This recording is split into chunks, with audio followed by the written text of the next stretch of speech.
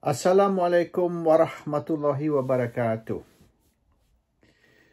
Situasi politik kebelakangan ini semenjak Perikatan Nasional menubuhkan kerajaan pada 1 hari bulan Mac tahun 2020 sangat keliru. Kita sudah tak tahu, tak faham ke arah mana Perikatan Nasional ni akan pergi.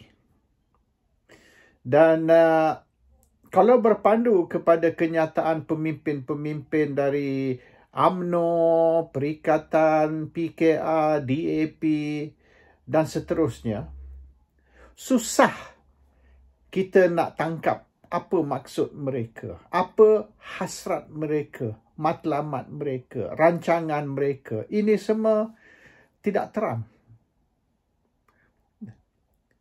Kalau kita ambil kenyataan hanya seminggu kebelakangan ini, tak payah kita imbas sampai setahun. Sebab kalau kita kaji balik kenyataan selama setahun, lagi keliru. Lagi kita tak tahu apa yang sebenar berlaku. Kita ambil dalam seminggu kebelakangan ini dan kita tengok.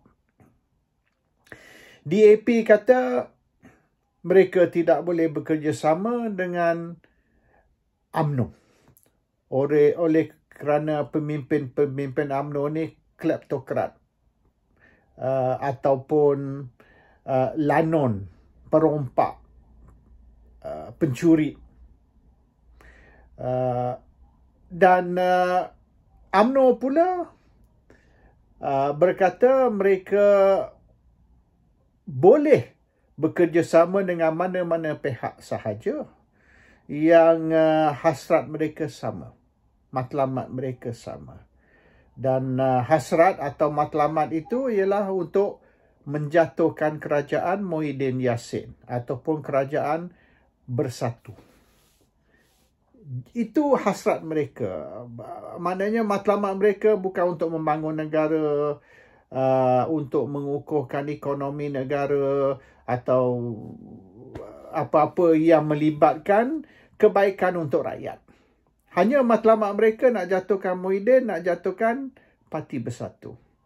Dan mana-mana pihak, tak kisah pihak kawan, pihak lawan, yang shares sama hasrat, maka UMNO boleh berpakat. Tapi ada pula pemimpin UMNO yang kata mereka tidak akan bekerjasama dengan PKR, Anwar, DAP, Kit Siang sampai bila-bila.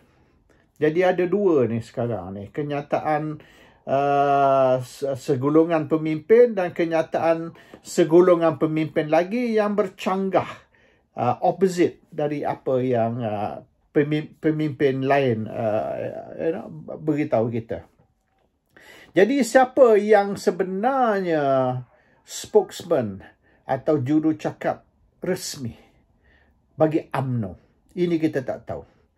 Sebab bekas Menteri Besar Johor pun membuat kenyataan dan orang yang tidak lagi menjadi ahli UMNO pun membuat kenyataan. Veteran-veteran UMNO yang masih ahli tapi tidak memegang apa-apa jawatan juga membuat kenyataan.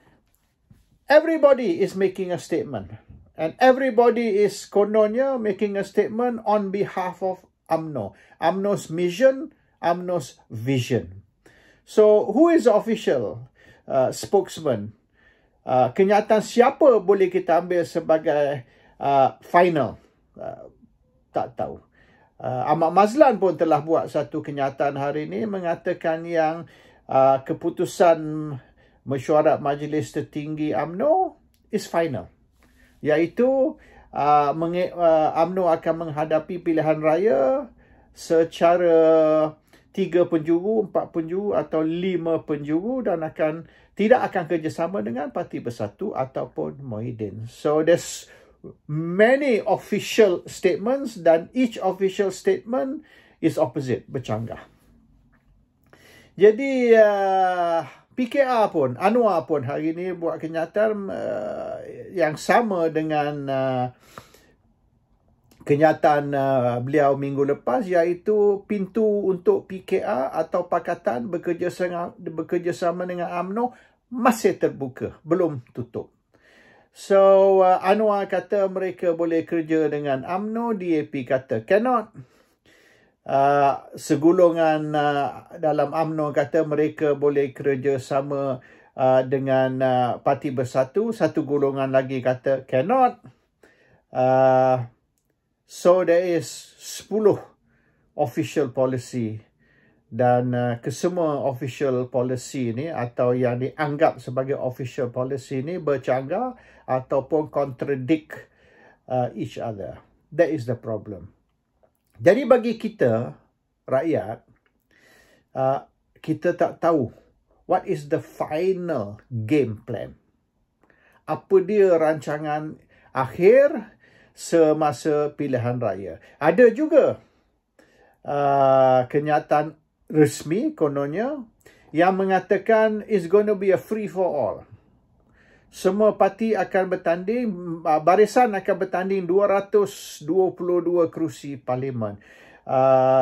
Jadi saya rasa kalau begitu mungkin lebih kurang 600 kerusi DUN, Dewan Undangan Negeri, juga akan ditanding secara keseluruhan. Maknanya Barisan Nasional akan tanding every seat kesemuanya. Kalau kita ambil DUN dan juga Parlimen, lebih kurang 800 kerusi seluruh Malaysia, DUN dan Parlimen, Barisan akan contest on its own dan akan lawan.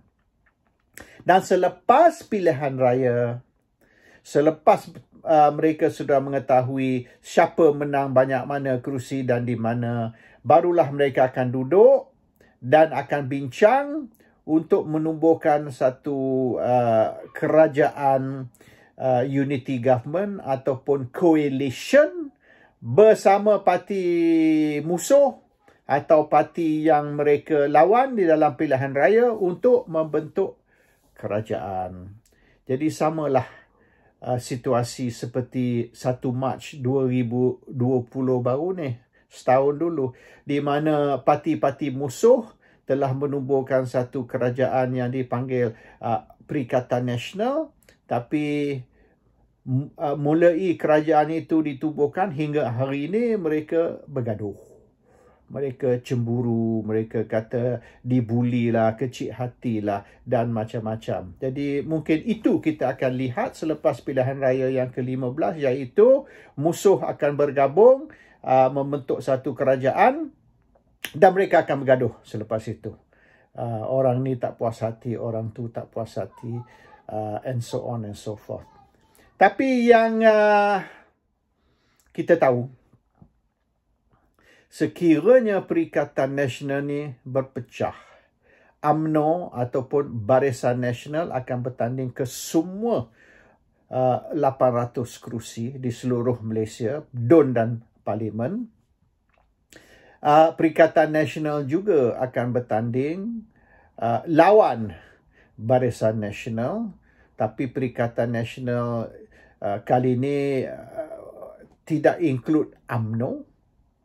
So, Barisan Nasional ialah satu gabungan, Perikatan Nasional satu lagi gabungan, dan Pakatan Harapan satu lagi gabungan. 3 gabungan dan mungkin 1-2 parti bebas juga akan bertanding yang tidak menyertai mana-mana satu gabungan, baik Pakatan, Perikatan ataupun Barisan. Ini akan bermakna kemungkinan besar Pakatan Harapan akan menang. Pilihan raya akan datang. Dan kalau Pakatan Harapan menang dengan minoriti sekalipun, iaitu Pakatan menang kurang dari separuh, kurang dari 50% kerusi, Pakatan Harapan masih akan mempunyai minoriti yang terbesar, kerusi yang terbesar walaupun tidak cukup 50%. Bermaknanya katalah Pakatan Harapan ni menang 49%, lagi 51% akan dibagi 2 di antara Perikatan dan juga Barisan. Bermaknanya 800 kerusi ataupun 222 kerusi parlimen akan dibagi 3. Hampir separuh akan pergi ke pakatan. Yang lagi separuh akan dibagi 2 dengan barisan dan perikatan. Bermaknanya barisan dan perikatan kedua-duanya akan mempunyai lebih kurang 25%, tak sampai 30%.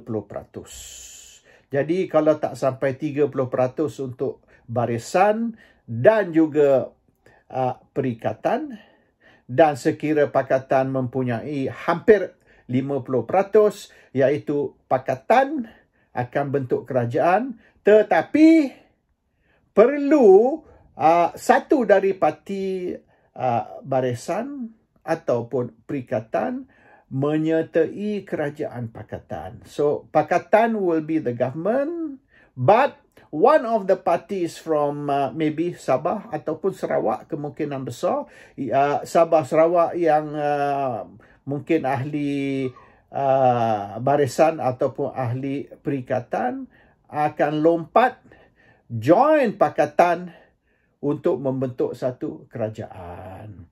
So, akhirnya barisan pun hanyut, perikatan juga hanyut.